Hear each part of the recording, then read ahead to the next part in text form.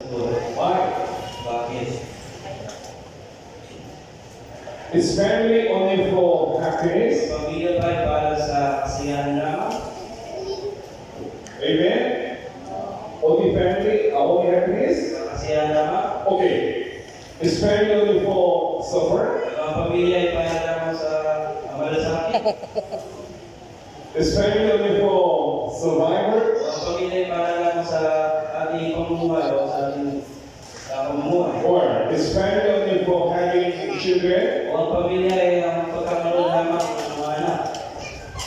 Yes, this answer is no. Ang mga sagot doon ay hindi. Not only for happiness, suffer, survivor, and having children. Hindi po para lamang sa kasiyahan, sa malasakit, sa pamumuhay at sa pagkakaroon ng anak.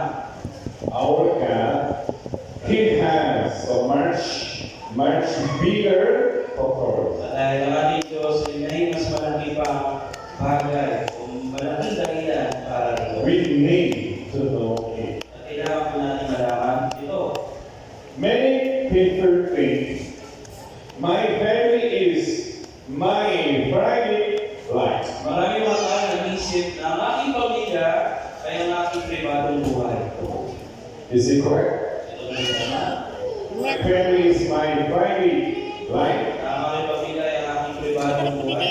Why you don't care so much about yourself? You don't care me. My family is my business.